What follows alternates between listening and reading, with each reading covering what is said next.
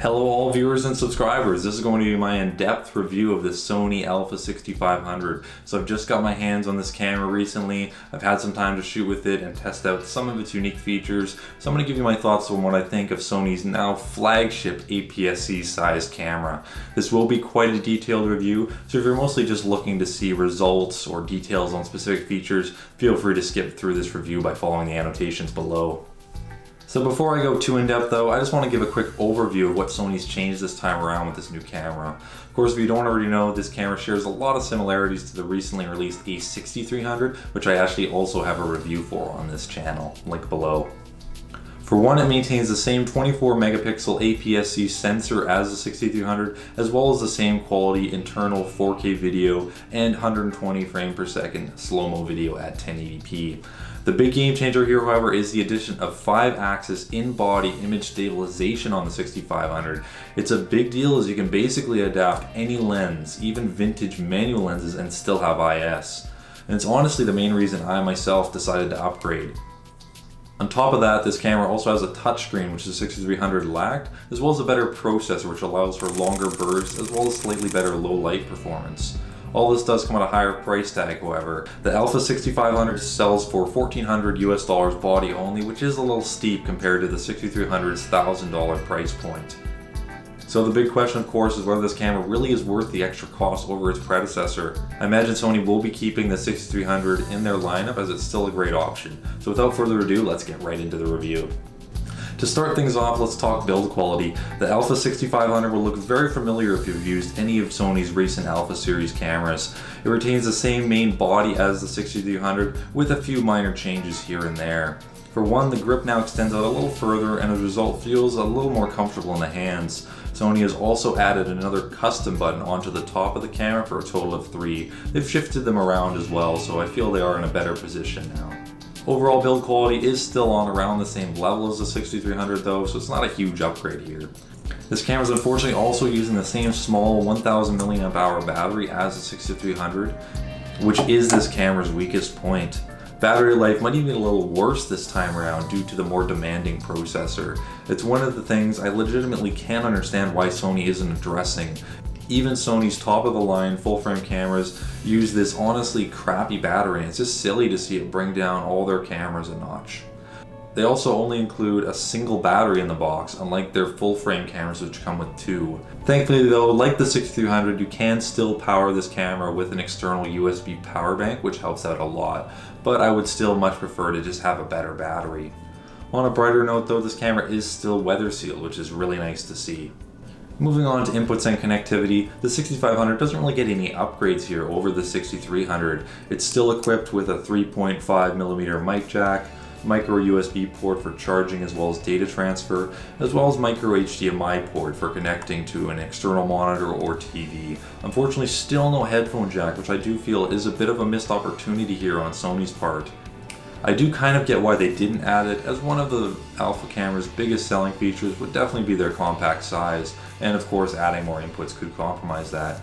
I do have to admit that personally though, I don't mind having a bit of a larger camera. I much prefer the feel of the Sony's A7 camera bodies overall. I would have liked to see Sony differentiate this camera a little more from the 6000 and 6300 by possibly giving it the same body as the A7 cameras with maybe a dedicated SD card slot and headphone jack. I feel like it would have had a much more professional feel and would have made this camera more of a home run as far as build quality goes compared to just, slight upgrades here and there. But now let's talk about what's actually changed on the inside of the camera. One thing that has not is the sensor on the 6500. It retains the same 24 megapixel resolution and aps-c size, which isn't really a bad thing as the 6300 still has a great sensor and is very modern. The 6500 is capable of producing high dynamic range images with very good ISO performance. It is also capable of the same quality UHD 4K video without any sensor crop at up to 100 megabits per second. It still also has the same slow motion quality video, 120 frames per second here at 1080. S-Log2 and S-Log3 do still remain in this camera, allowing up to 14 stops of dynamic range. One thing I do wish Sony would have done, however, is made higher frame rates available at lower resolutions. 720p at 240 frames per second would have been amazing to have, and even somewhere around 480 frames per second at standard def would have been a lot of fun to play around with. And yes, it's true, at that point you're not really getting professional quality video. However, I'm a storm chaser, and one of my favorite things to do is capture slow motion lightning strikes, and having those higher frame rates would be a lot of fun to mess around with. I'm sure this is something that Sony could even add in firmware or software upgrade down the line for the 6300 and 6500. This doesn't really require any more processing power than the 1080p video at 120 frames per second. So if you're watching this, Sony, make it happen. As I said earlier though, the big feature here would be this camera's in-body stabilization, which works both for taking photos as well as videos.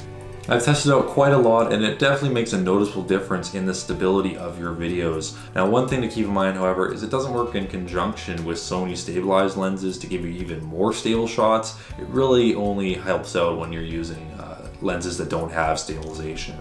But for people like myself that adapt a lot of Canon and vintage class, it's a pretty big feature, as you can use fast prime lenses that don't have image stabilization and still have that added stability. Here you can see a handheld clip I shot using my Canon 50mm f1.8 lens. And you can see just how much more stable it is with the in-body IS turned on. It does a great job removing all those micro jitters in particular. For my testing, however, I'd say the difference becomes more negligible with wider lenses. Here you can see the difference with my Sigma 30mm f1.4. And as you can see, it doesn't make nearly as much of a difference removing camera movements comparatively. It's still nice, but it doesn't make quite as much of a difference. And here's a super wide angle lens, my Tokina 11 to 16mm f2.8. Very slight difference here at this extreme wide angle, almost no visible difference. And on the other end of the spectrum, I shot this clip using an old vintage lens I own. This 70 to 210mm f3.5 lens zoomed all the way to 210. As you can see, you get a huge benefit at this telephoto focal length compared to just how unusable this lens is handheld without IS. It removes most of the micro jitters and gives much more usable video. And just for curiosity's sake, I shot this clip with my 55 to 210mm Sony lens that has lens stabilization to sort of compare how the in-body IS and lens IS compares. And as you can see, lens stabilization does still seem to have a slight edge. I noticed a little less jittering with my Sony lens compared to my vintage 55 to 210. Thankfully, the adjustments for the in-body IS are very simple and easy to adjust. You can either turn image stabilization on or off, and also choose the focal length of your lens, which is mostly useful if you're adapting manual lenses which don't communicate with the camera.